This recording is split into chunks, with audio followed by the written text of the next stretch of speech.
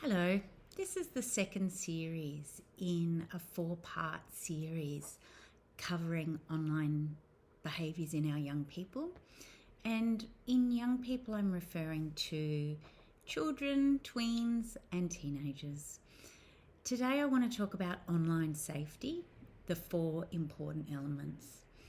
And although there's loads of elements to online safety, I'm going to cover four of them right now for you. The first is to help kids manage their online time. And parents often say, well, how do I do that? Well, essentially, you've got to stay engaged with your child's screen time and encourage a balance. We want to explore websites, games, apps, and social media together with your child to help them safely navigate their digital world and to educate them to avoid harmful online experiences. We want to monitor the games and apps and devices our kids use, and we want to talk with them regularly and help them be aware of how much time they're spending on different online activities. This type of conversation decreases the older our kids get, but certainly with younger kids in primary school and our tweens, they're great conversations to have. We want to have conversations about positive things outside their online world, such as what they love in life, school, new hobbies and interests, and the careers they're interested in. We want to participate in their online world. We want to play games together with them as a family, explore joint online projects. Maybe it's researching where to go overseas or in the country, or just researching things they might like to do. Turn online time into a family activity rather than a solitary one. In this way, online time can be another way of building social skills and strengthening our connections. Communicate about their online experiences and ask them who they're talking to, and assuming that they're not having issues, focus on the positive, and if they are having issues, talk to them about them. Assure your child that they can always come to you no matter what, and let them know that you won't cut off their internet access if they report feeling uncomfortable or unsafe when online, because sometimes kids worry that if they share that they're feeling unsafe, you might remove their internet access. If you notice a change in your child's behaviour or mood, talk to them about it. If you're concerned, you might want to consider seeking some professional help. Your support and guidance can give your kids the confidence to make good choices online and to ask for help when they need it. The second important element to keeping kids safe online is setting boundaries for technology use in your home. So for younger kids, we want to establish screen-free zones in the home. We want to keep computers or devices in an area that you can supervise. We want to check in regularly with your child to see what they're viewing and stay engaged with their online behaviour. Consider setting up your own accounts with the sites that they use the most so you can see how it all works and understand them. You might want to think about social media readiness. Most social media sites require users to be at least 13 years of age before they can register, although some sites are created especially for kids under 13. And if this is the case, set up the site with them, and you set yourself up there too.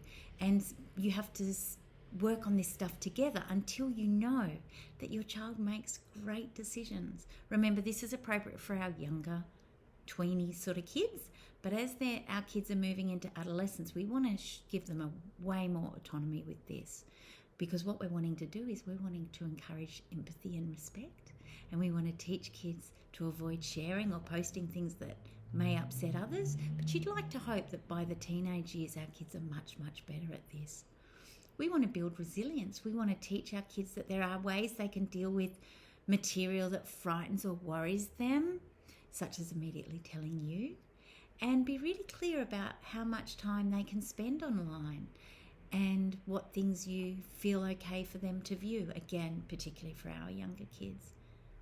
The third important aspect to this, or the third important element regarding online safety, is about creating a plan. Create family plans with your kids for screen time that balances time sitting in front of screens and a variety of offline activities. Remember my rule of thumb, for every hour on screens, we want a couple of hours in green. and work on that plan with your children together, because kids respond better to rules that they see as fair and consistent, and particularly when they've contributed to their creation. So plan it together because they're more likely to stick with those parameters. Again, this doesn't fit for all families, but for some families it works to agree on age-based time limits, and be really clear on what websites can be viewed. Sometimes in some families want a written agreement. I'm not big on that, but for some kids, maybe if they've shown that they can't be trusted with this, that's a great consequence. Regardless, we want to be clear on the consequences for not sticking to the requests. And for us parents too, we need to stick to the requests, whatever the rules are, because we want to model the behaviour we want to see in our kids.